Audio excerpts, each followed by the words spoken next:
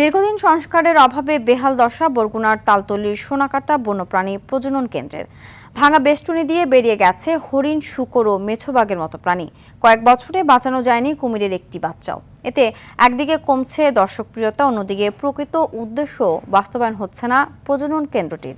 বরগুনার পাথরঘাটা থেকে তাহিদুল ইসলাম শুভর পাঠানো তথ্যচিত্রে আরও জানাচ্ছেন সুলাইমান কবির।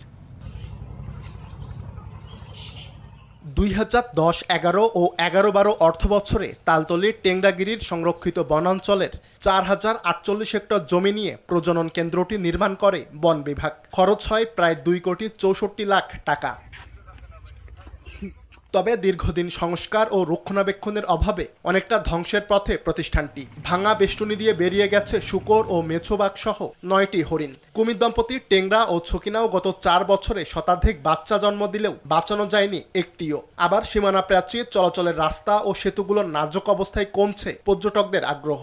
এখানে তো আগে হরিণ, কুমির এগুলো আসলে, এখন তো আইসা দেখি কিছু নাই। আমরা আসার পথে দেখলাম যে গাছ পইরা সড়ক একদম আটকে আছে, পর্যটকরা আসতে পারে না। আমার ফ্যামিলি নিয়ে আসছি, তো ফ্যামিলি আসতে পারে না, ফ্যামিলি ওই সাইডে রাইখা আসতে বাধ্য হয়েছি, কারণ রাস্তার অবস্থা খুবই খারাপ। এদিকে যদি একটা ব্রিজ হইতো, মানুষের সাথে ডিরেক্ট সংযোগ করা যেত, তাহলে এই জায়গায় পর্যটক খুব বেশি আসতো। ঊর্ধ্বতন কর্তৃপক্ষের সঙ্গে সমন্বয় করে প্রজনন কেন্দ্রটি সমস্যা দূর করার আশ্বাস দিয়েছে উপজেলা প্রশাসন। রাস্তাঘাটগুলো আছে যেগুলা বেশ কয়েকটা বছরই এখানে সংস্কারের বা অযত্নের অভাবে ভেঙে যাচ্ছিল বা বিলীন হয়ে যাচ্ছিল, সেগুলোকে আমরা নতুন ভাবে আমরা প্রজেক্টে অন্তর্ভুক্ত করে পর্যটকদের যাতায়াতের সুবিধার্থে আমরা এটা সংস্কার করার ব্যবস্থা ইনশাআল্লাহ। দ্রুত মেরামতের মাধ্যমে পর্যটন কেন্দ্রটিকে আবারও দর্শকপ্রিয় করবে কর্তৃপক্ষ, এমনটাই প্রত্যাশা পর্যটকদের।